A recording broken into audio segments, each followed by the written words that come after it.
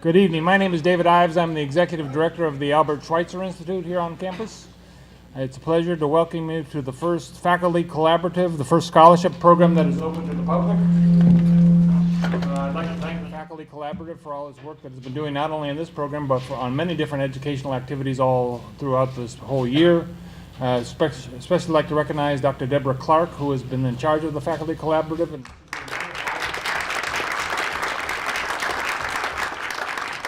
Schweitzer Institute is proud to be associated with anything Debbie Clark does. This is a unique opportunity to take advantage of what I feel is the many faculty on campus that have some very unique talents and interests. And indeed, I think we should do more to be celebrating the work of our faculty and the travel and educational experiences that they have. Tonight, however, the program is entitled Insights from Itinerant International Business Professors, a World of Change as Seen in Africa, Asia, and Eastern Europe.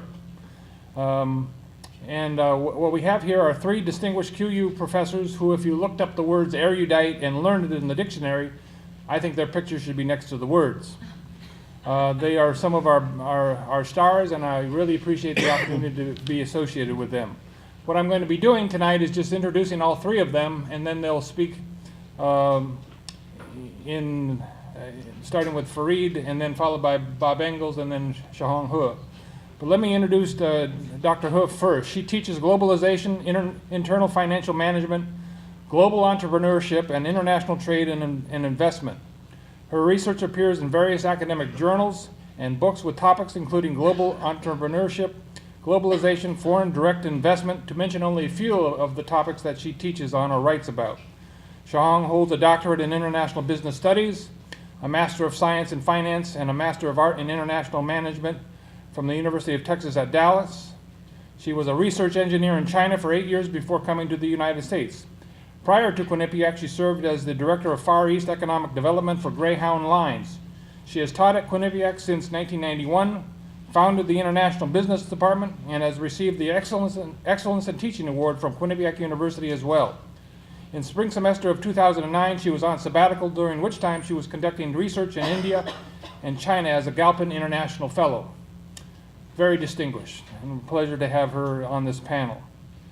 I'd like to introduce, secondly, Dr. Robert Engle, who is also a professor of international business here at Quinnipiac. He specializes in international management and cross-cultural research and teaches in both the undergraduate and graduate programs. Prior to joining Quinnipiac University in a full-time capacity in 2002, Dr. Engle held a number of positions in industry, including Vice President of Marketing and Sales Operations for North America and Vice President of Global Salesforce Management for Bayer AG Pharmaceutical Division, and I'm not going to get this right, Leverkusen, Germany. We have a German here somewhere that could say that right. He holds a doctorate in management from Nova Southeastern University, a master's in business from Quinnipiac University, which I did not know, a master in education from Towson University, and a baccalaureate in management from the University of Baltimore. During the 2008-2009 academic year, he was on sabbatical, during which time he was conducting research in Russia as a Galpin International Fellow also. In 2009, Dr. Engle was recognized as Quinnipiac University's Charter Oak Society Faculty Scholar of the Year. And now we come to Dr. Sadrieh, who is also a professor of international business in the School of Business here at Quinnipiac. He holds a doctorate in international business in marketing and management from Temple University, an MBA in finance from Fordham University, and 2 degrees from the Sorbonne in France, a master's in marketing and a bachelor's degree in economics. In 2007, he also won a Galpin Award to work on the island and the country of Madagascar, and the following year won a Fulbright Award to continue his work in Madagascar. Dr. Sadrieh has some of the more exciting introductions because shortly after he landed in Madagascar in early January 2009, later that same month, riots broke out. I'm not sure what happened in terms of his arrival and the riots breaking out. But they had widespread looting and attacks on public and private property. In February 2009, a crowd was trying to take over the presidential palace, and that crowd was mowed down by soldiers, and that ultimately culminated in a coup in March. By April, he was transferred to Namibia, where he stayed through the term of his Fulbright fellowship, and that is essentially his background. Without further ado, I'd like to just give a round of applause to all of them.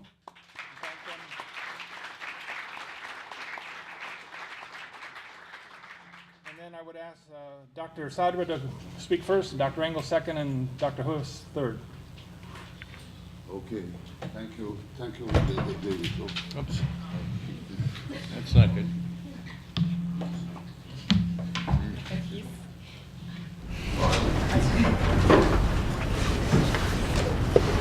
Good evening, everyone. My name is Farid Sadrieh, and as David said, I can say that my sabbatical experience was the most eventful of the three. You know, although not necessarily the type of events that one is looking forward to. Let's say that you know, if I were looking for adventure, I got more than I bargained for. I left the U.S. for Madagascar on a Fulbright grant in January, early January 2009, and by late January the riots broke out, and as you heard, there were shootings and finally a coup. And my stay in Namibia was interrupted. I was pulled out. My stay in Madagascar, was interrupted. I was pulled out of Madagascar and sent to Namibia against my wishes, but I believe to the great relief of both my chair, Professor Nerd, and my dean, who are here present. Okay, and I probably would not have time to talk about Namibia. I will focus on my experience in my research and some background of Madagascar. So most of this is going to be on Madagascar. There are a lot of slides, so probably I would not spend too much time on each of them. That's the agenda for tonight. Quickly, the background of Madagascar, the U.S. trade with Madagascar, that was the focus of my research, and what has happened since with the political crisis of 2009 and the impact of the crisis on the future of Madagascar. So where is Madagascar? That's the large island that you see to the lower right corner of the southeastern coast of Africa.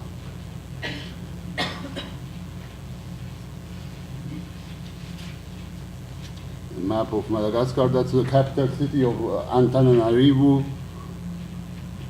and some basic facts. Although they have their own language, the Malagasy language, French is widely spoken, and English has been added as an official language by the former president. The current president, who is the de facto president, is Angie Rajoelina. We'll have a picture of him and talk about him a little later on. So Madagascar is the fourth largest island in the world. It's best known as the home to very unique plants and animals that are indigenous to the island and are not found anywhere else. It's also the most important exporter of vanilla. Vanilla beans. So we have probably some of the unique pictures of Madagascar. You see the lemurs are well-known creatures, and they are not found anywhere else. And some of the plants that are also unique, the baobabs. It's quite an interesting place to visit, believe it or not. It has national parks that are quite interesting, although right now there is a lot of lawlessness and trees are being cut down and the wood is smuggled out and so forth. Because Madagascar is also a very poor country. It has an unemployment rate of 5.9%. This is very underreported, and probably the real unemployment rate is far higher than that. The other indicators of social well-being are quite dismal. Infant mortality rate of very high. The life expectancy is only 63 years. 63 years. Literacy is low. So it's one of the poorest countries in the world in terms of income and infrastructure. The major exports are coffee and vanilla, and some of the natural resources that Madagascar has are listed here, although Madagascar has to import oil, and this is a large expense for the country, which imports a lot more than it exports. So the growth of the export industry is very critical to the future of Madagascar, and the textile and apparel industry held a very big promise of remedying, of providing employment to the people of Madagascar, and of increasing the export figures of the country. But as we will see, the political crisis that occurred during the year of 2009 has cost Madagascar a lot in economic terms as well as political terms. The country is a large recipient of foreign aid. Those political crises are not, it was not just in 2009 that there was a crisis. These are recurrent crises. In 2002, for example, there was also a political crisis because the elections were not, the results of the elections were not accepted, and there was, the country was on the verge of civil war. And export figures reflect this. So a plunge in export figures for 2002, but it recovered quickly under the rule of President Ravalomanana. But if we had figures for 2009, you would certainly see another plunge, especially since Madagascar's products do not have any longer access to the U.S. market free of duty, as we will see why. We'll see why in a short while. Okay. Transportation infrastructure. The numbers are not very meaningful. What is meaningful is that the road network is very poor, and there are major problems with infrastructure. There is a lack of resources to invest, and everything is tied together. In order to promote exports and get the country out of poverty, you need to have a certain base, and that base, that basic infrastructure is not there to sustain economic development. Okay, U.S. policy as far as trade is concerned. During the mid-1990s, there was a lot of talk around the slogan, trade rather than aid, meaning that the solution to the underdevelopment of African countries is to open up the possibilities of globalization to them, rather than pouring aid money in those countries which has not historically resolved the problem. So one instrument of this policy, U.S.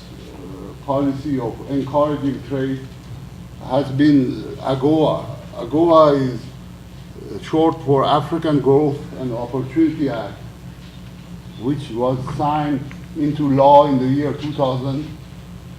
And basically it allows duty-free access to African exports,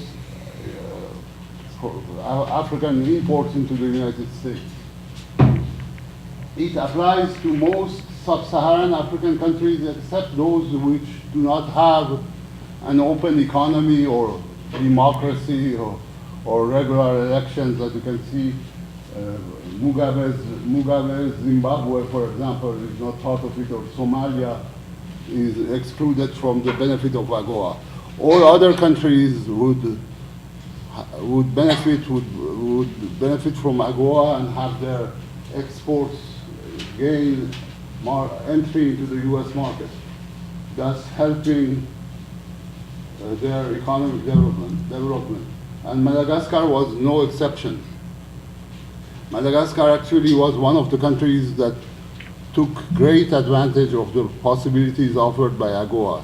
But since the coup last year, Madagascar's membership in AGOA has been suspended, and it has very drastic consequences, very bad consequences, because it makes the products, the price of Madagascar's exports are not going to be competitive in the absence of the duty-free access that were accorded based on AGOA rules.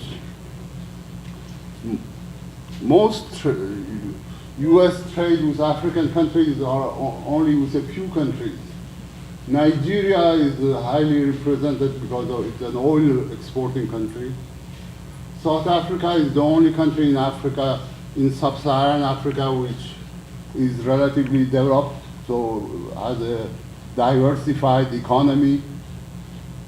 But all in all, African trade is a very small percentage of world trade. It's really a tiny percentage, 1.74%. Imports from sub-Saharan Africa have increased thanks to AGOA in the last 10 years or so. But even considering just the trade under AGOA, most of it is petroleum product, and only a smaller portion concerns products like textiles that we are interested in terms of job creation for African countries. So U.S. trade with Africa has grown over the years.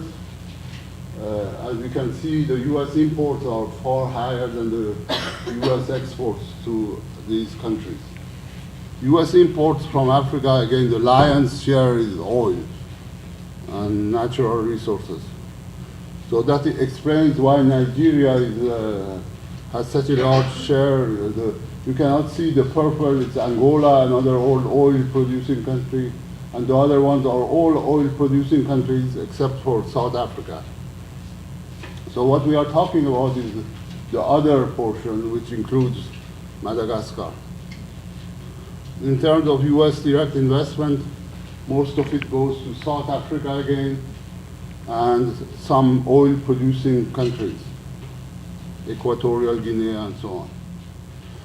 Madagascar became part of AGOA early on in 2001, but as I mentioned, it has been suspended because the U.S. has demanded that they organize free elections after the coup happened in 2009, and they could not come to an agreement with the opposition until December 2009, and in mid-December 2009, Madagascar was suspended.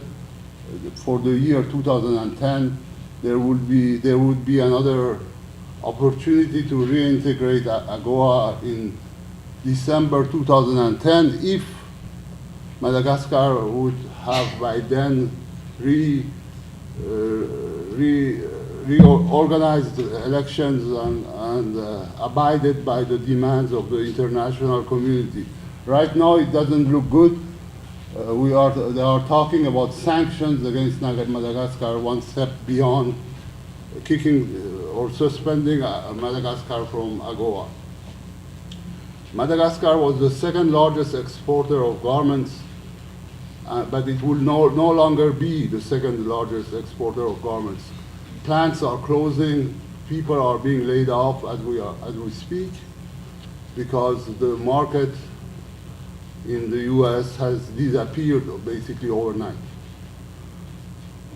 Most of those manufacturing facilities were located in export processing zones in Madagascar, which are geographically defined areas which are provided for foreign direct investment, and in order to encourage foreign direct investment. It's called zone franche in French, and that's how they are referred to in Madagascar. The purpose of creating those EPZs is to attract foreign direct investment and generate employment, and also provide some things that you are not able to provide throughout the country, like better infrastructure and electricity and so on. So you can see that exports under EPZs have picked up relative to traditional exports. So it's a big, important part of their economy, the EPZs, and especially the textile industry, or it was up to now, I should say. There were 172 active firms in the EPZs, and they provided employment for 120,000, mostly female garment workers. It counted for 54% of exports of the country. One of the benefits of the textile industry is that it doesn't require large investments, so it's accessible. It always has been considered as a first step on the ladder to economic development, and has played that role in many other countries. We have the global trade in garments is basically triangular. The buyers, the Walmarts, the Gaps, who are located here, have a lot of bargaining power. And then there are the coordinators and intermediaries in places like Taiwan and Hong Kong. And finally, the low-cost countries where the manufacturing is done. Bangladesh, China, India, Sri Lanka, and many other countries. Madagascar is a tiny portion. Some of the export processing zones that were selling to customers in the United States, I know for a fact that Cosmos has closed its doors, and many of those companies would have to close their doors and basically cease operations because of the loss of access to the US market. The country has many challenges for economic development in terms of the infrastructure, roads and rails, and in terms of electricity, the high cost of utilities, and also red tape, which is still very high in Madagascar. This is the picture of the old president, the one who was overthrown in March of last year. He was a millionaire in Madagascar. He was the richest person in Madagascar. And his rule was marked by opening up the country to foreign investment and ensuring high levels of growth. But at the same time, he created private monopolies. And he was resented by many people. So the demonstrations basically were directed against him, and the figurehead of the opposition was a young man, a former disc jockey, who is this one, right? That's the young man as the president, or the president. He's only 34 years old, and he took over. Basically, the former president fled the country and gave power to the army, and the army turned power to Radzuelin, who is the non-elected president of Madagascar. And because he has not been elected, Madagascar has been suspended. Okay, so what happened? There were widespread demonstrations. I mean, it all was triggered in December 2008. when a radio station that was owned by Radzualin, the opposition figure, was closed down by the former president because it broadcast an interview that they didn't like. And then there was an open confrontation between the two. By the way, Radzualin was the mayor of Antananarivo, which is the capital city of Madagascar. And Ravalomanana fled the country in March, and Radzualin took over. Some pictures of the riots.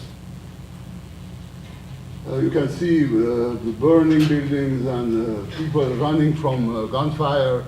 You know, not intentionally, but I got to experience some of that myself. You know, when you hear gunfire coming from a direction, you turn around and you run in the opposite direction, and that's what I had to do at one time, at least on one time, on one occasion. So, widespread job losses, drop in export volumes, and the situation is quite bleak in Madagascar right now. The concern is that there is a race to the bottom. Textile exports are dropping, and those figures go to August of 2009, and it was before Madagascar was suspended.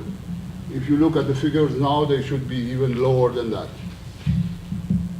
Short-term outlook, it might be that Madagascar would be able to reintegrate AGOA if they abide by the demands of the international community to organize elections, but it's not clear that they would manage to do so. And I don't think the investors would come back that soon. The only thing that Madagascar has in its favor in the long term is the inexpensive and capable labor force. But the country is remote, far from major markets, and the textile industry has not achieved a critical mass. So that's where I would stop. I would not talk about Namibia. Namibia is a whole different story, completely different country, different challenges. And for example, the infrastructure in Namibia is very good, left from the South African period. The South Africans were occupying the country, and the population is much lower. But they also have the problem of high unemployment. Anyway, I don't know if I went beyond my time. Are you fine? Is that Fine. Okay.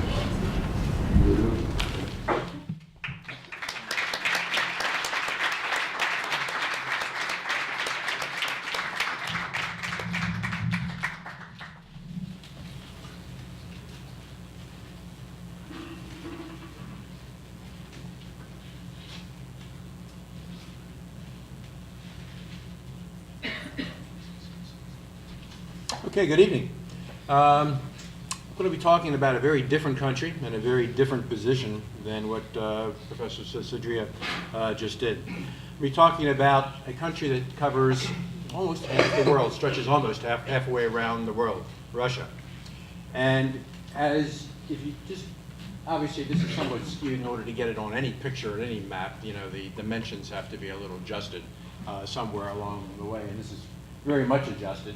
But it actually reaches out from the Bering Sea all the way over to the Baltic Sea, this little piece over here with Kaliningrad. And as you can imagine, any country that stretches that far and covers that much ground is very diverse. In fact, the Russians themselves consider themselves a very diverse country. They see themselves as being highly diverse in their cultures and their approaches to many things. And I'll just share a little bit of that with you tonight as we go through it. One of the things I'll mention just as you're looking at this is that the Russians also consider themselves very European. And the Ural Mountains here actually is the borderline between Asia and Europe. That's where the European continent ends, and Asia technically begins with the Ural Mountains. You can see most of the cities are on this side. And the Russians see themselves very much as a European country. as most of the people are on that side of the country. One more piece just to mention, I'm going to mention this Baikal, Lake Baikal down here in just a moment, and just wanted to point out where it is. Let me cover just some, I'm going to talk about just some very general things, and then I'll get a little more specific to the business community at the end, but I'm going to be much more general. Russia, up until just recently, covered 11 time zones. I say up until much more recently, because as of this month, they chopped 2 time zones out. Actually, they tried to chop 4 time zones out, but they just couldn't find agreement. Everyone agreed that everyone was going to be so confused as it was with 2 time zones less, that you drop 4 time zones and there'd be absolute confusion. The goal was for the government to try to be a little more productive, thinking that maybe if they could get the country closer together time-wise, that parts of the country could actually work better together in that process, and that's why they originally think about cutting as many as they did, but they couldn't quite do what they thought they were going to do in the process. Another interesting fact is actually when you're in the USA, on the coast of Maine, you are closer to Moscow than when you're in Vladivostok on the east part of Russia. The size, I mean, it's hard to imagine how big this country actually is. Russia is estimated to have about 25% of the world's fresh water. In fact, Lake Baikal that I just mentioned, showed you that lake of, actually has 20% of the world's fresh water. That one lake has more fresh water than all 3 Great Lakes of America put together. It's a very, very deep lake. Also, 22% of the world's forests are in Russia. Actually, 70% of Russia is forested. And about 15% of all the world's carbon dioxide is actually absorbed there. 20% of the world's known oil reserves are in Russia. And they feel there's much more than that haven't been found yet, especially in the Arctic areas. Approximately 1/3 of all the world's known nickel, tin, and iron ores, and 40% of the platinum group minerals are in Russia. Russia has a population of about 140 million people. I'll talk about the population a little bit later because it's an important demographic point. And there's about 12 cities with more than 1 million people. However, most of the activity takes place in 2 areas when it comes to international business. Obviously, Moscow and St. Petersburg is where most of the emphasis takes place.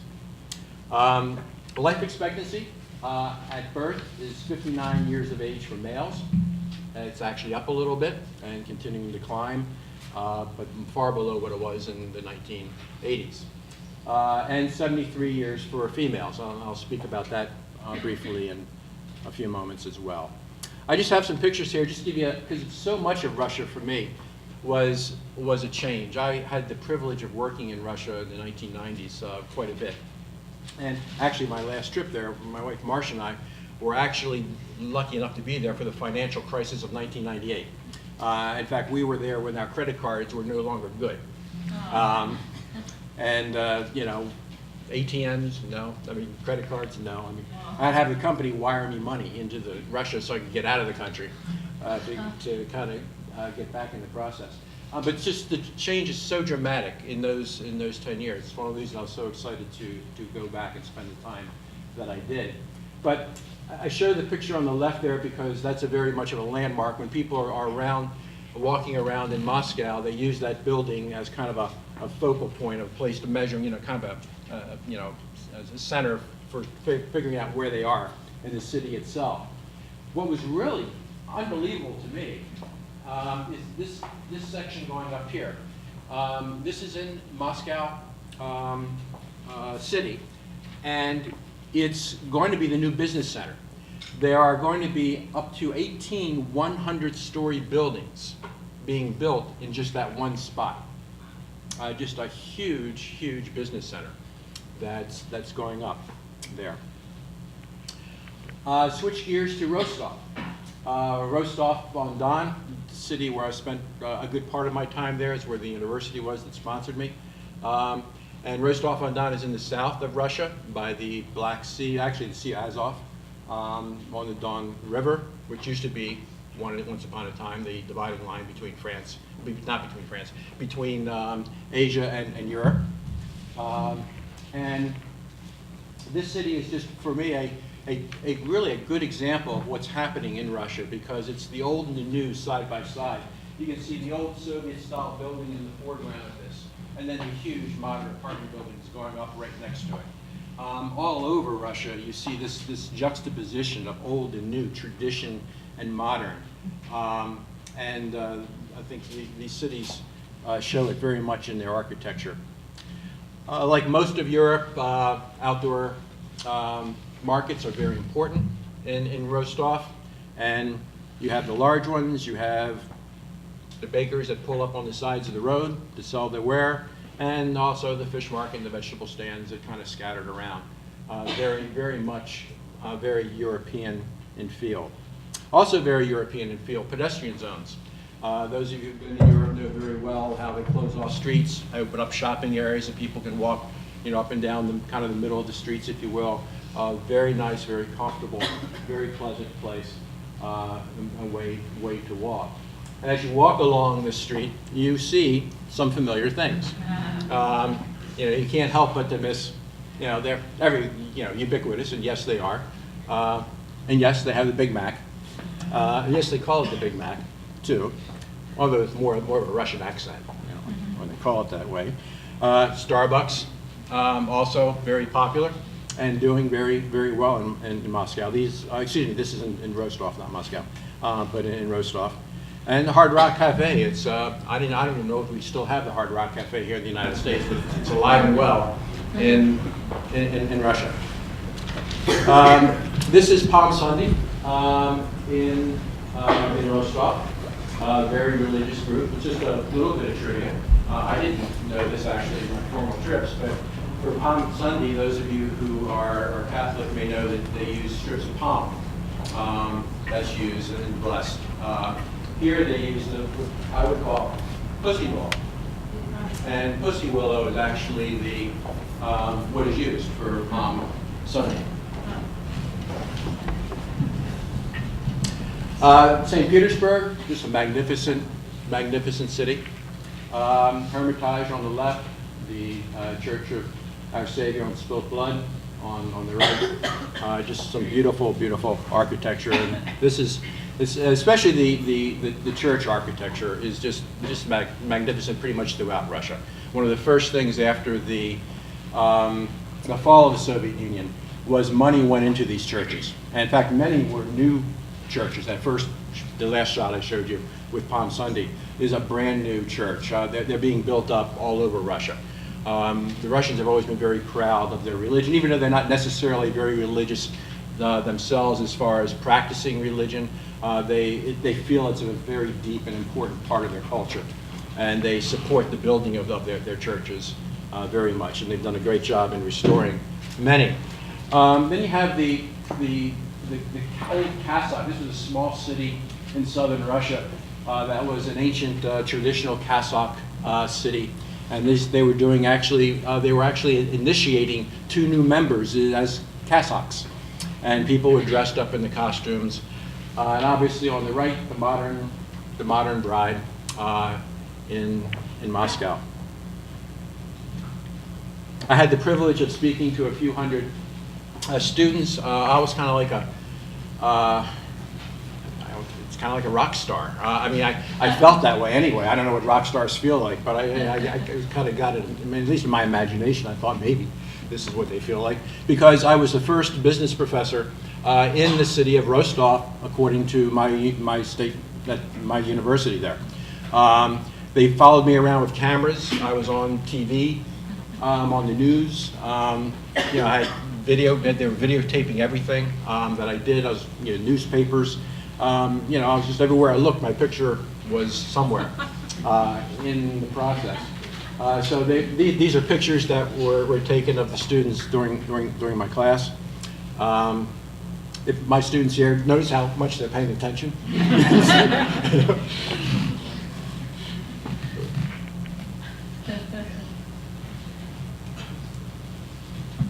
We had some graduate students as well. I had executive MBA program students that I was able to interact with while well, is there as well. And then the reason I put this picture up is because in the background throughout Russia, you still see Lenin.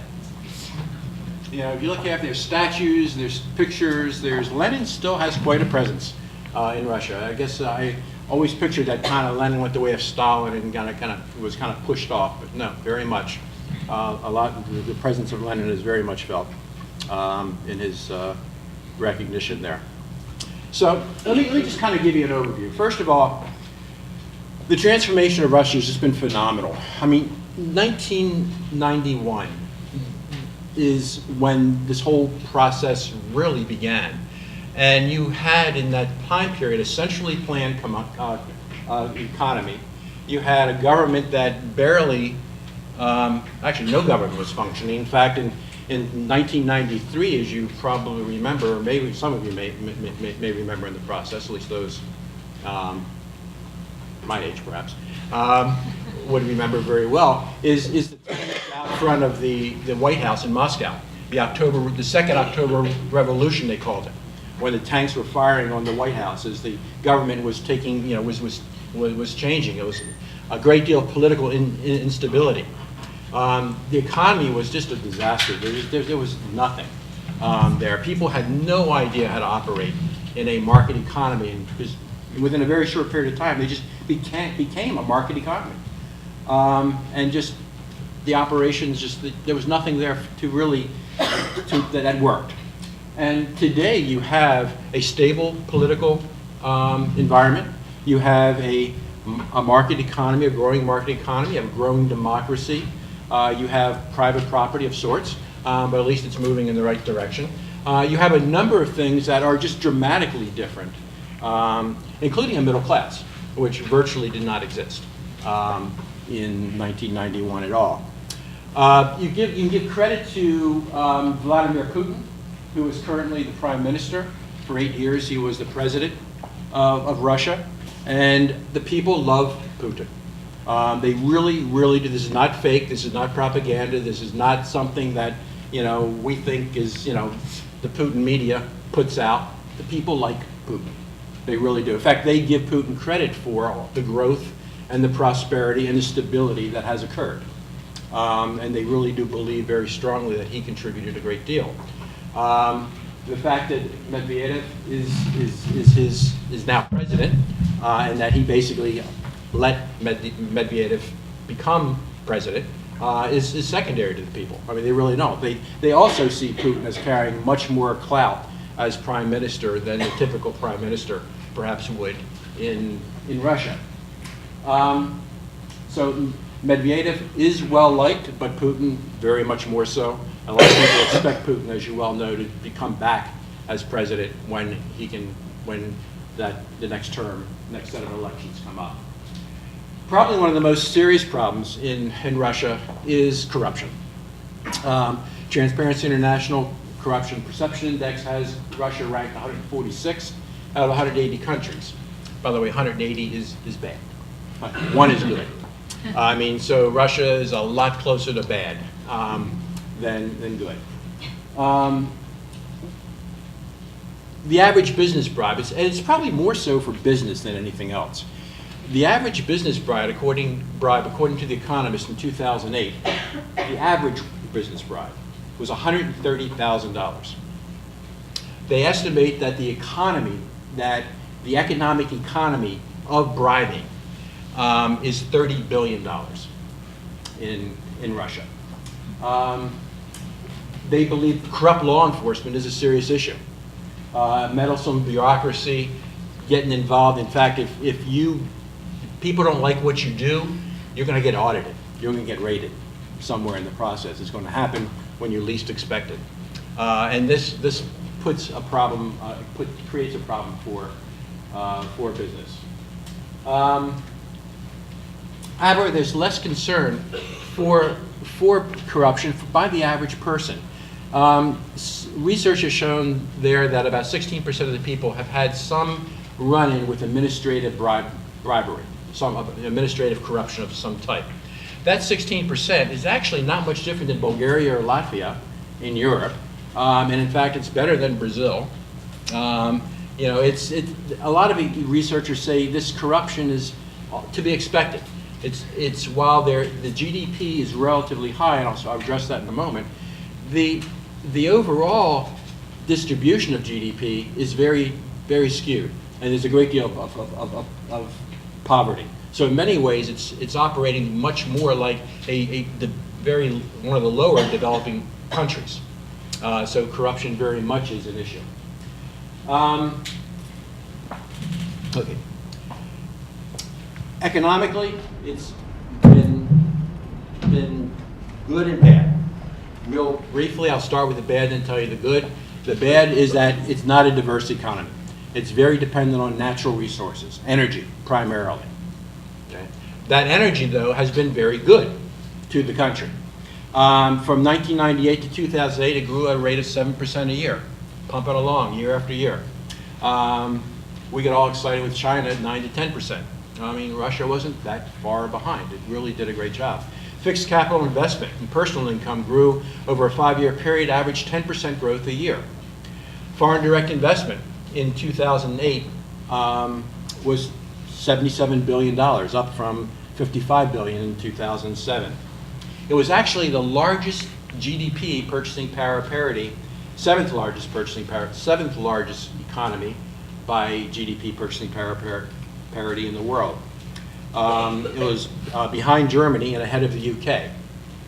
However, it was ninth in 1990. There was an 8% drop in the economy. It got hit very hard with oil prices that dropped and energy in general, commodities in general. GDP per capita, PPP, was 16,100 in 2008, dropping again the 8.5% to 15,200 in 2009. Unemployment was reasonable in 2008, 6.4%, at least reasonable by many country standards. Although in 2009 it was a lot closer to 9% than 8% by the time the year ended. The balance of payment surpluses was positive, about $100 billion in 2009 alone. In fact, this has built up a foreign exchange reserve in 2008 of about $600 billion. Now they don't have that now because of the crisis. They put about $150 billion of that into the stimulus package. So they have about $450 billion now in foreign exchange reserves. The investment climate has been somewhat unpredictable. People who know people get money. People who don't have the connections don't get the money. It's very much who you know. Knowing the right politicians, knowing the right bankers can go a long way in getting you the investment you need. This is especially true for entrepreneurs that are trying to start businesses and get money. It can be very difficult if you don't have the right connections. Intellectual property rights have been shaky, and mostly because they really don't have enforcement of the producers and the importers of pirated goods. So there's a lot of pirated software, a lot of pirated products in general pouring into Russia, and they really don't have the enforcement capability to do much about it. Switching to social and family environments, you hear about the Russian soul, and I guess that Russian soul finds its expression very much in the arts, the literature, the music, the performing arts, as well as the visual arts. It's got a rich tradition, and it's just a phenomenal country. And you see the love of those arts everywhere, from the smallest village, to Moscow. The people love their arts. They love their literature. They love their writers. They love their composers. There's a really close relationship, powerful relationship there. Population in Russia is a problem. In 1990, it was actually 148 million people. Today, there's 140 million people. Population is dropping. Part of that's due to a 1.3 birth rate per woman. As you probably know, it's about 2 that are required, 2 children per woman in order to maintain a population in general. They are not maintaining that population. It's been estimated that by 2050, if this continues, they're going to have about 110 million people in Russia. Something that contributes to that, in addition to birth rate, is the life expectancy. Right after the Soviet Union, the healthcare system just fell apart, what healthcare system there was. Along with poor nutritional habits, high alcoholism, etc., you had a situation where life expectancy fell dramatically. It was down to almost 57 years of age for men at one point. It's now moving up. The new figures, I keep hearing when I'm actually in Russia, 60, 60.5 for men, although the independent external data is still showing 59. So it's probably somewhere between 59 and 61 right now, but still low. The middle class, probably the best way is, let me read you two short excerpts from two analysts. They say it better than I can. The first says, "Rarely, if ever, in Russian history has life been so good for so many as it has the past several years. Sociologists say the middle class in Russia now comprises between 20 and 25% of the country's population, and the improved living standards, with the improved living standards comes a consumer boom. Shopping malls are full, foreign car sales are brisk, and Russians are ubiquitous in many of the world's tourist destinations." Another analyst says, "Today, Russia's middle class is estimated to account for 30 to 60% of all consumer spending in Moscow. The majority of the middle class, according to most polls, are in their early 30s, are married or living with a partner. They have few children. They often have a pet. They rent an apartment, which they already have remodeled or plan to remodel soon. They have a family summer home. They most often do not own a car, but the number who does is growing, and nearly all think about buying one. They value financial independence, hard work, and hope to get ahead." When it comes to housing, affordable housing is one of the problems in Russia. One of the reasons that makes affordable housing difficult is the rapid cost and the rapid prices and inflation rate in Russia. But also, one of the issues very much is the fact that they don't use mortgages. Mortgages are still a new concept. In 2005, only about 5% of all house real estate purchases involved a mortgage. Today, it's up to close to 15%, but still it means 85% of real estate purchases are cash basis. When it comes to freedom, another thing which surprises a lot of Americans, Russians consider themselves free. They don't see their lives being controlled. The media would sometimes make us believe that the people feel very repressed in Russia. That is not the case, and the surveys confirm that. 64% of the people consider themselves quite or very happy. Finances are a problem, however. Only 36% of the people in Russia are satisfied with their finances, and only 18% see inflation as not a problem. 82% see inflation as one of their major problems. Inflation, by the way, is seen very much as a problem in the sense that it's been in double digits now almost the whole decade, and so inflation rate has been pretty significant. When they consider themselves what you consider your most pressing social problem, 82% see price increases as the most pressing social problem, up from 71% in 2007. The second most important one, a distant second, but still significant, is healthcare, as they see as a problem, accessibility to healthcare. Education also significant. Unemployment, I think if they did it in 2009, they would have seen a higher percentage, given the unemployment rate going up. And environmental conditions they see increasing as well. So those are the major social issues as seen by the Russian people. And finally, let me end on this note. The workforce is a very large workforce. It's a very old workforce compared to most developing countries. Given the life expectancy of only 59, you don't have a lot of older people. The younger people is the major growing aspect of it. They're a well-educated country. Over 50% of the people have tertiary education in Russia. They are very proud of their education process. However, one of the problems is their productivity has had a problem and continues to have a problem in Russia. 1/3 of all managers report that productivity has gone down in their company. In fact, that same group of managers say that they're having trouble getting qualified employees. So productivity is an issue in virtually all industries outside of technology. Technology is the one exception to that, where productivity continues to hold up reasonably well. But outside of technology, there appears to be an issue. As a result, formal training is becoming very important for corporations.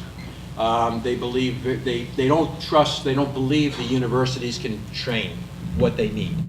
And as a result, they have to depend very much on in-house training. And with that, I'll stop at this point and turn it over to Professor He.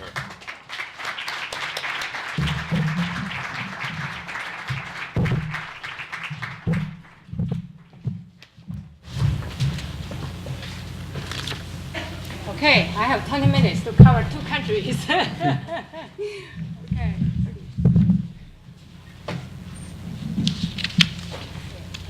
This is, I'm not going to talk about the 2 countries, profile and the data and those. I'm going to focus on what I'm doing there.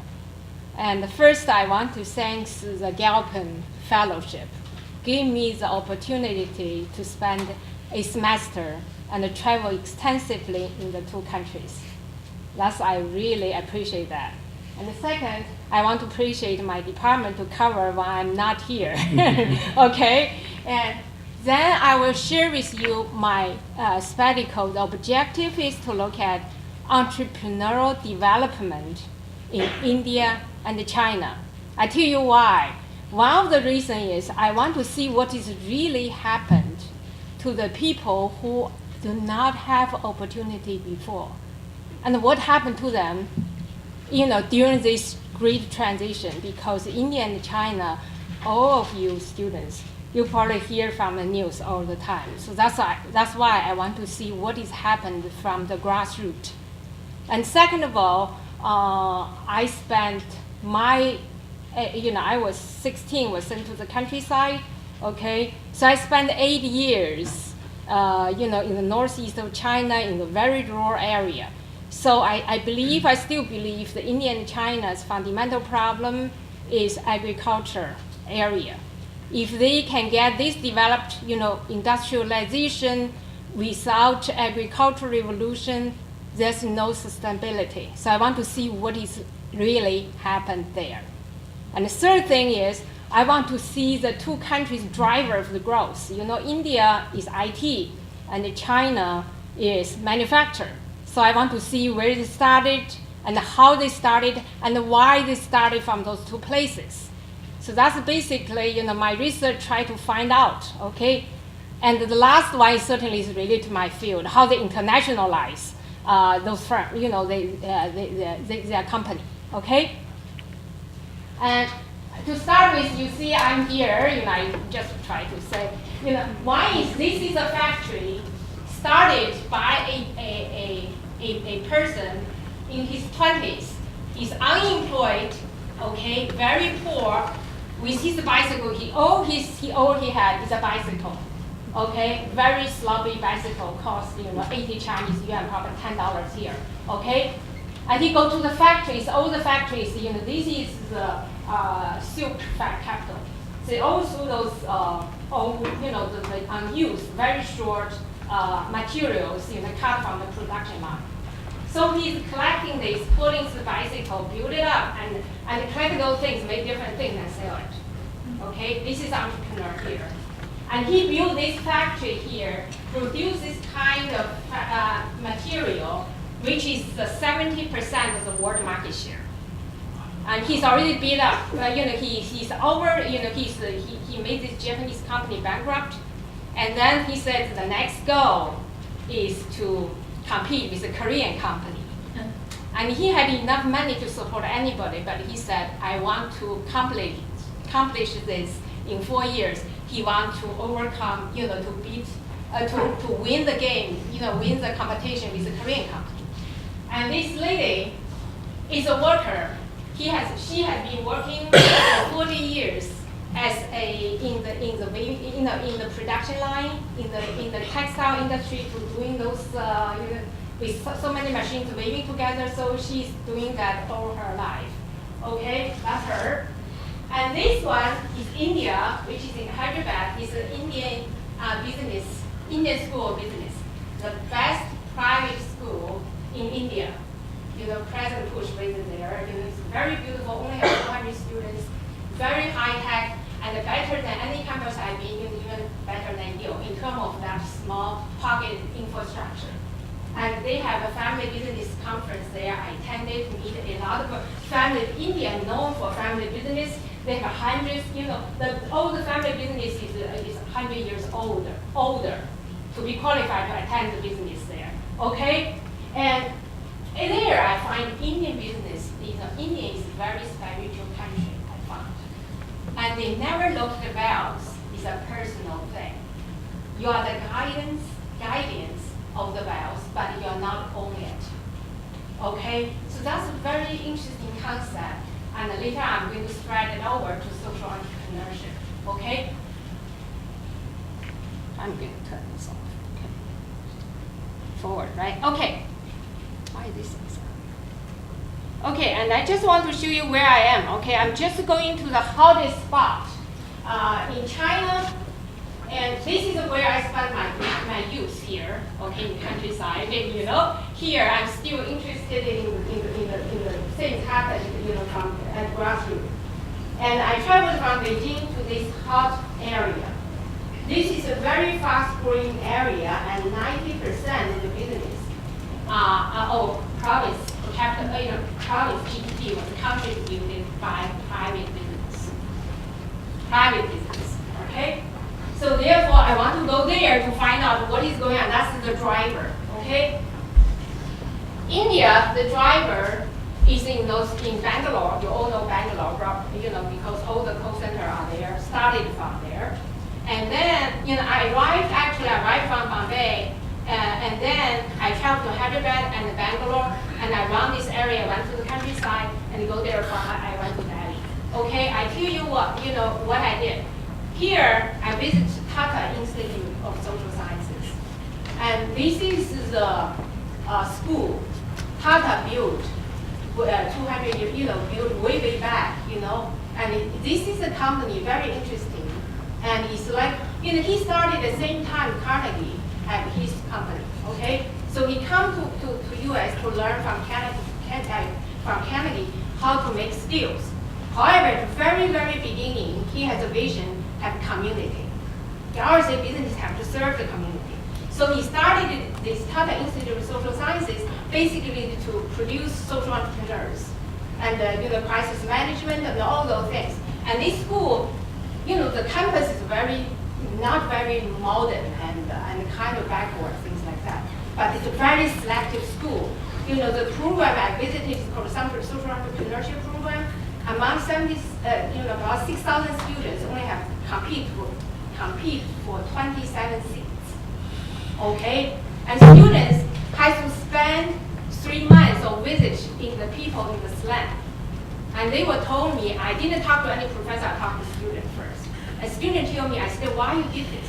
And student told me, the way to understand, if you want to change the society, you have to understand the powerless people in the society. That's built into their curriculum. So they have to go there, spend time there, and they write a business model, and actually, at the end, they make a presentation, and then they invited venture capitalists, they can compete for funds. Okay? So this is here, I spent some time here just to investigate that. And then I went to the Hyderabad, to attend this family business, so I want to meet family business people there. And then from there, I visited social entrepreneurship venture there. I will tell you later. And then I went to Bangalore to interview many people who are in IT business, IT startup. Okay? So this is what I just tell you my map, to tell you where I went. Okay? My question, I just share you one of my research questions is, how can entrepreneurship bring scalable benefit to a large group of people in countries like India and China? We know India and China is 2/3 of the world population, so therefore if you want to do anything, you have to be scalable. You have to bring a benefit to a large group of people, otherwise I wouldn't say that's growth, okay? So that's my primary driver to find it, okay?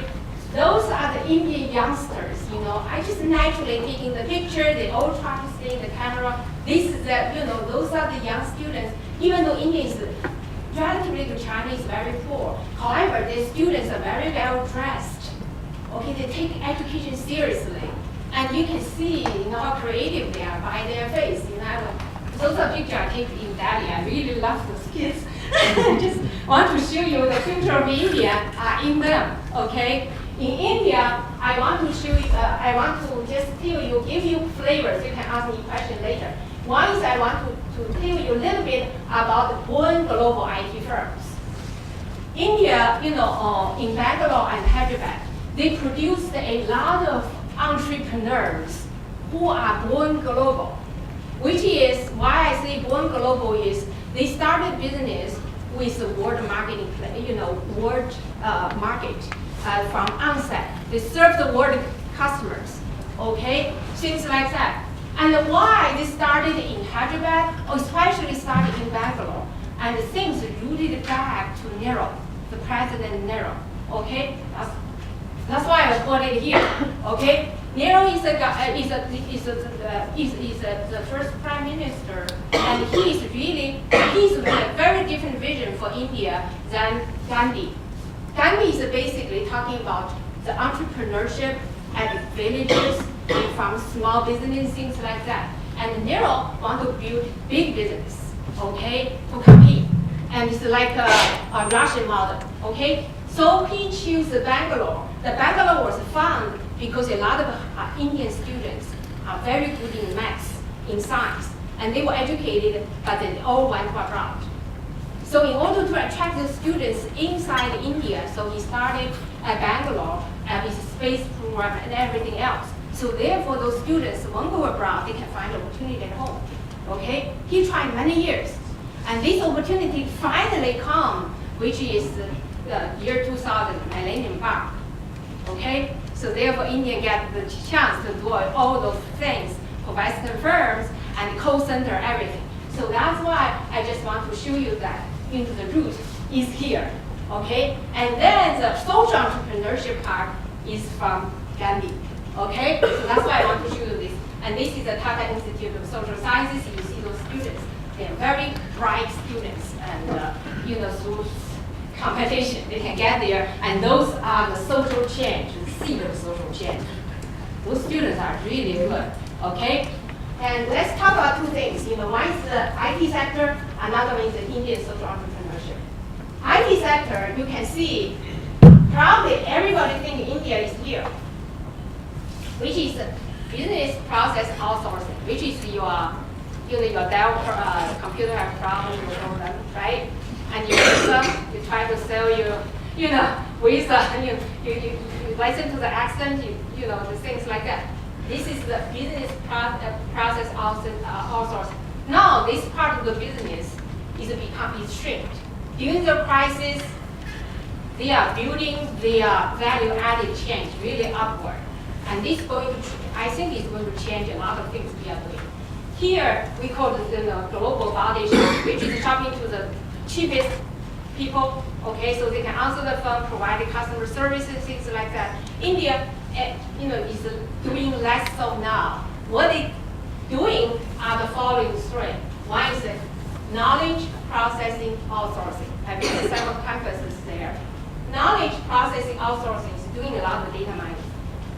They find out, data mining means that they're doing research, say Walmart or JCPenney. You collect all those consumer data, and they will find the trends and patterns, okay, to enter the strategic, decision for companies. And also they're doing this.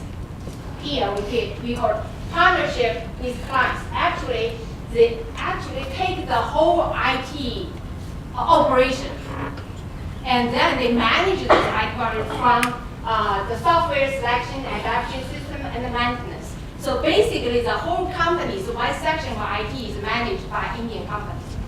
Okay, that is not enough. Now they enter into Accenture, IBM, or McKinsey type of business. So it's become a decision making.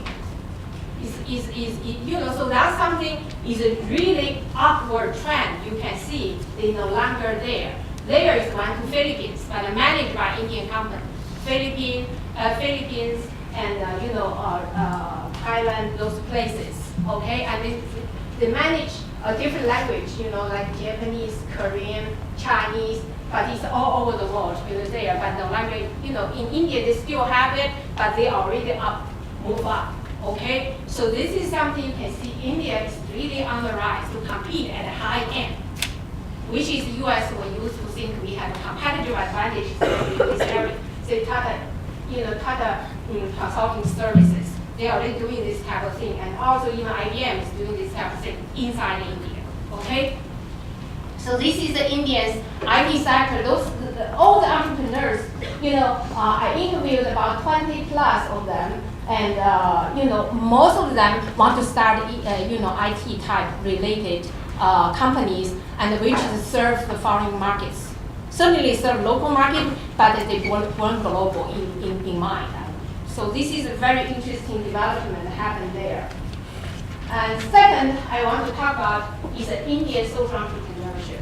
This is something we no longer talking about the Mother Teresa type of business. Okay, it's a kind of Mother Teresa marriage with Walmart.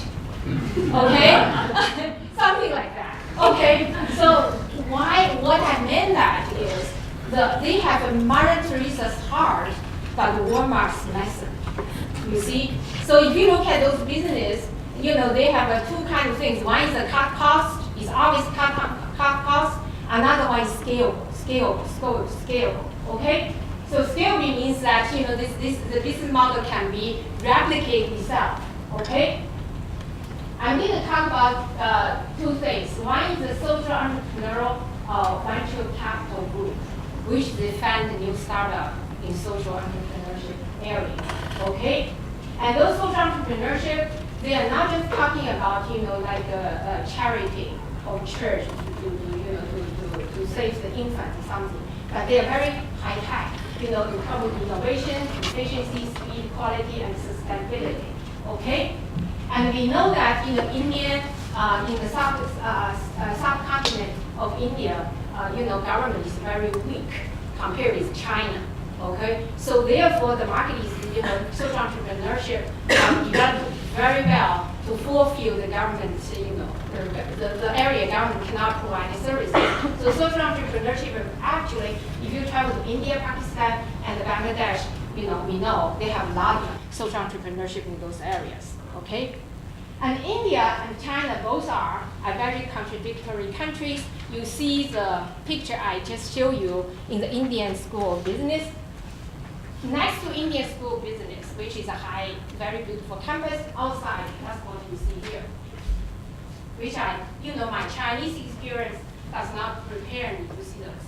Okay, and this is you can see people basically living on the street without soil, without water, things like that. You can see, okay, those are the young mother, this kid, this life, two lives. So you want to see this small child, the mother, and the sisters.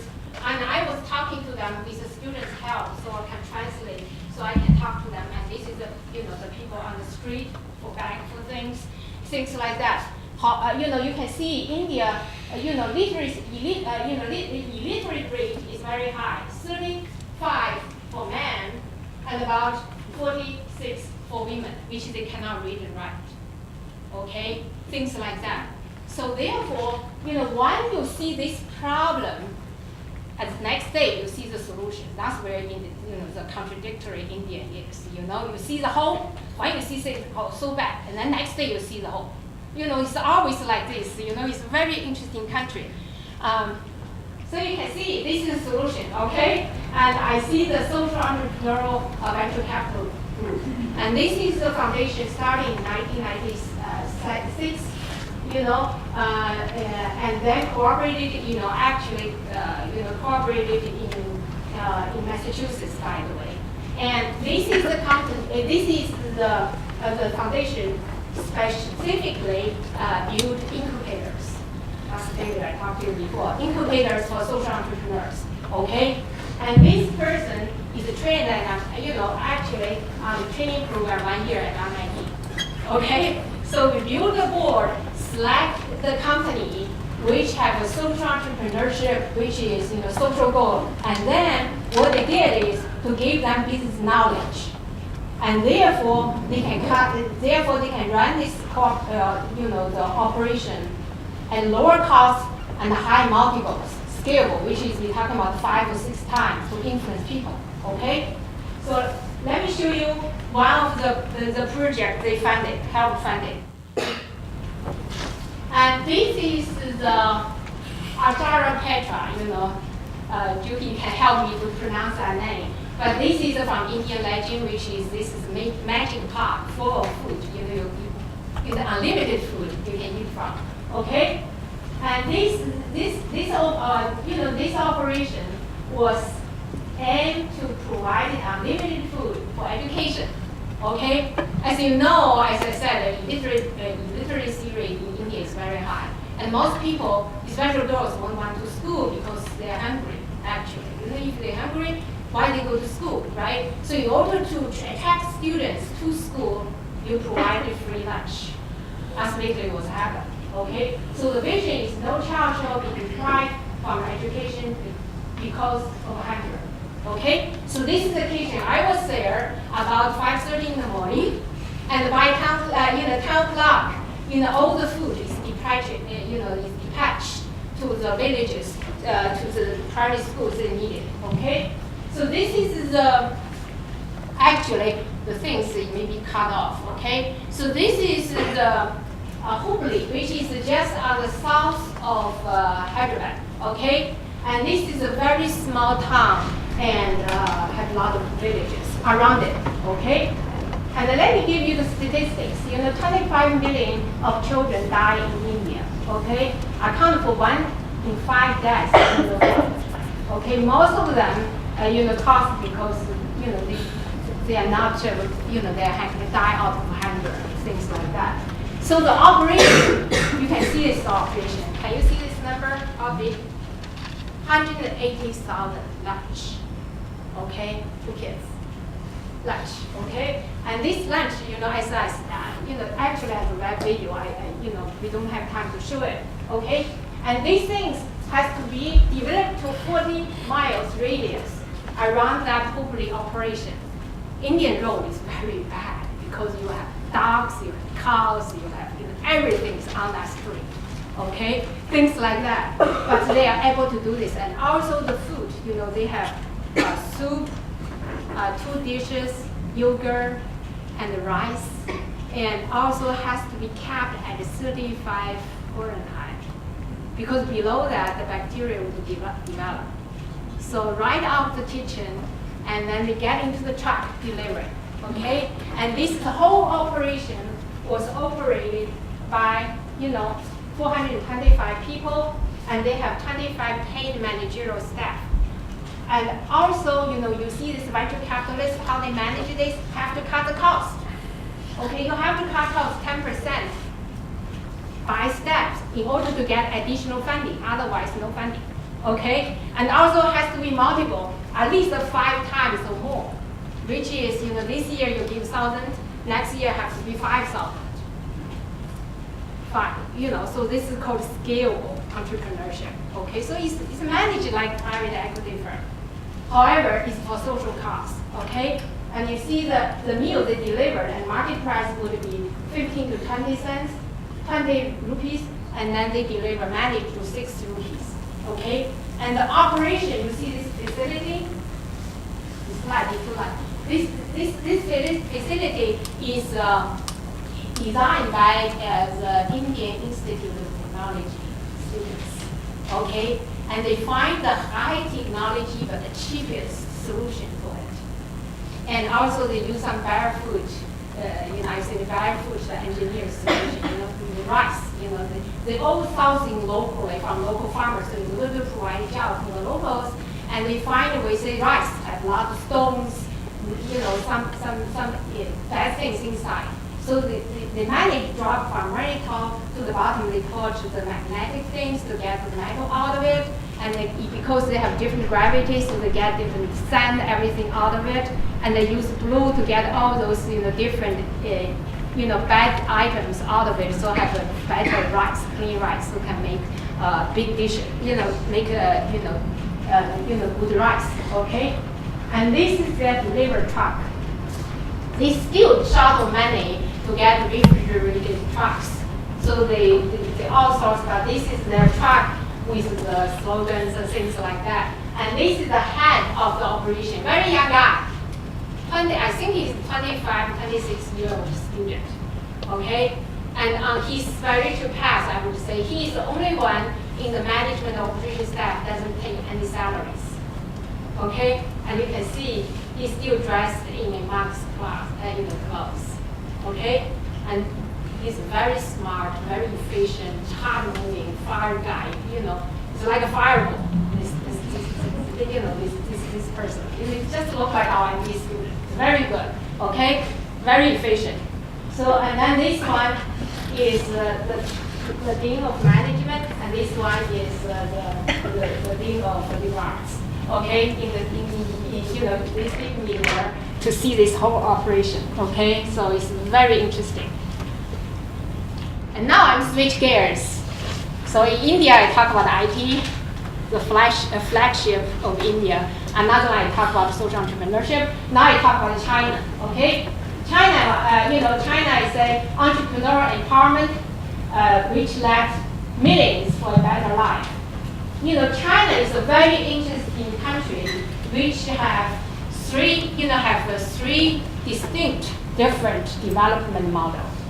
So you can see that still have some of those are purely capitalistic, some of those still have a socialistic flavor in it.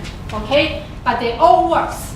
Okay, and one is we call the Zhujiang model.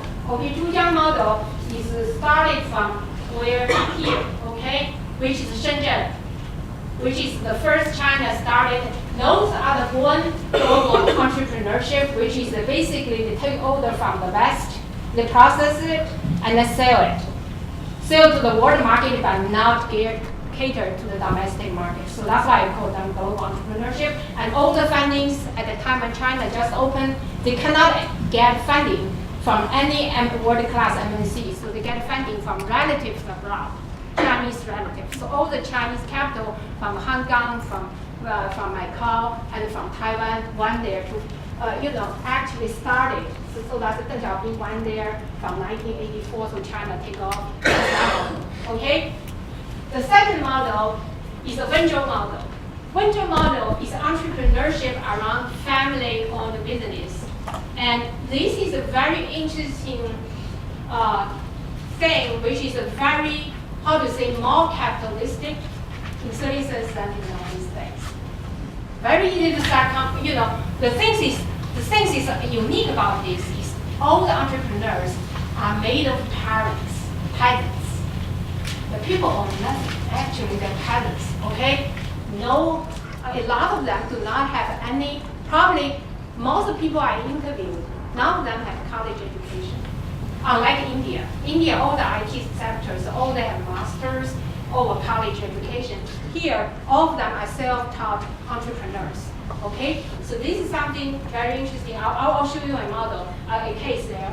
Another one is the Sunan model. Sunan model is institutional entrepreneurship, which is the old factories and usually the party secretaries. All the factory leaders, which are the communist party leaders, they become entrepreneurs and took the whole village or whole factory getting rich. So I will show you another case there. Okay, just to give you the flavor. This is the socks cluster. This is a very small, small province. And you can see, small places, they have probably 12 or 13 industrial clusters. And this socks cluster is very interesting. They started in all those socks. Okay, this is a very digitalized machine making the socks here. Okay, and the things interesting about it is the development. All those are farmers, peasants. They grow sugar canes and rice, and they only made about in U.S. dollars 4 pennies a day. 4 pennies a day. Can you believe it? And then they said, and then the two guys in the village, they went to Shanghai, bought the 2 socks weaving machine, okay? And they started making it, and they sell it in the bus stop. Because that time, you cannot run business without government approval, so they, on the top they put vegetables and the socks below that, and sell at the bus stop. And then the end, by doing that, how much they made? They made about $10 in US dollar a day. So therefore, make the whole, and they tell every villager, say this is a good way to making money. So everybody does it. And then this cluster is so interesting. I'll show you the next thing. Here, they are very, very interesting is when they're making money, the cluster itself not competitive, but they are complementary. So before was everybody making socks, and it become later on the division of labor kick in, they become vertical integrated, as well as horizontal integrated by natural market selection. From an economist point of view, or from a sociology point of view, this is a very interesting case. For me, I just so sucked into it. I say, what is happening? Okay, and you can see this is 1988. 2 villages, around 800 people. Okay, covered 1.3 million kilometer square area. Now become the largest world sock manufacturing cluster in the world. And now cover 130 villages, about 10,000 households, okay, with this area, and they're making 15 billion pairs of socks, which is, how many population in the world? 6.3 billion. So they make 15 billion pairs of socks a year. Okay, and a lot of those people are multitasked. They're making socks. They grow, raise fish, freshwater fish. Okay, and also freshwater pearls, bees. Okay, they're doing everything because they have navy, they have navy, they have we call them navy. The soldiers have 3 types, so they have everything. Okay, so this is a very interesting thing. We're talking about scalable. That's what is the scalable means. They really scalable. Okay, scale from the 1 village, 2 villages, to 130 villages, and affect everybody. And common people there, they make so much money on the airline, the way I get there. I was in Beijing and flying there. You can see there what happened was most people are on the airplane are those farmers because you can see their skin of there. It's very interesting.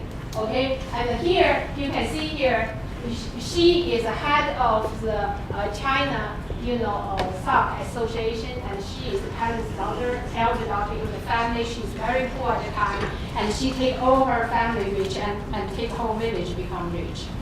And this is another example. I know I'm at time. Okay, this is the institutional entrepreneurship. Okay, and I said the entrepreneurship is a capitalistic approach, but a socialistic mindset. And let me tell you what it means. Okay, and this is the peasants' housing. You can see this. This is the first generation. This is the second generation. I'll show you what inside. Okay, upstairs carpet, downstairs hard floor. Okay, very modern. Some of the house is better than mine. Okay, this is the let's see. This is a village with 80 households. Very little land. Okay, now 2008 become conglomerate, cover 5 industries from steel, textile, commerce, which is sell soy sauce, wine, shirt, and also retailing and construction and tourism. Okay, now it's scalable to 20 villages, cover 25,000 people. Okay, even though not, there's no billionaire, but everyone in the village is very rich. Okay, and this is a party secretary, and he is entrepreneur himself. He takes the whole village getting rich with him. Okay, what he says, one person becomes rich is not rich until the whole village becomes rich. One village becomes rich is not rich till the entire country becomes rich. That's what he means to be entrepreneurship. And also, it's very interesting. He said, he built this village, says entrepreneurship, entrepreneurial dream for everyone. Okay, and you can see the household income is ranging from 1 million, which is 150,000, to 10 times that is Chinese millionaire. Okay, which is everybody in that whole village, which when it started 80 families, all like that. Okay, now it's being spread out to other villages. Okay, and he defined socialism in the following way. It's more like American dream if you look at it. He says wealthy, so the socialism means happy life, means wealthy, means the carpet upstairs and hot food downstairs with running water and no umbrella needed in rainy days. So they build all those things among the houses, so you don't need umbrella. Okay? Happy, harmony with family, with neighbors, with villager, officials and other villagers. Health, healthy food, and all the food they produce are organic. Okay? Take good care of elderly, and if you have older parents, okay, if you living, I say, I think it's a cutoff of 85. If you're living 1 more year, say 86, all the relatives in the family get $1,500. Okay, so that's rewarding. Okay, so there's, this is a very funny thing. Okay, and entertainment, you can see this is a thing, still have a communist party thing you won't see much clearly. And this is the agriculture industry. Basically all organic, okay? And that's what I'm there to enjoy my life here, okay? And you can see this is not, those are the green potatoes, or tomatoes, things like that, okay? Very high productive, you can produce about 300 or 400 pounds per plant. And this is not water lettuce, you grow lettuce on those things. So this is the industry, and this is their house, this is the inside their house. You can see that. Okay, so this is what I mean, institutional entrepreneurship. So I produce, tell you 3 models in China. Okay, that's it.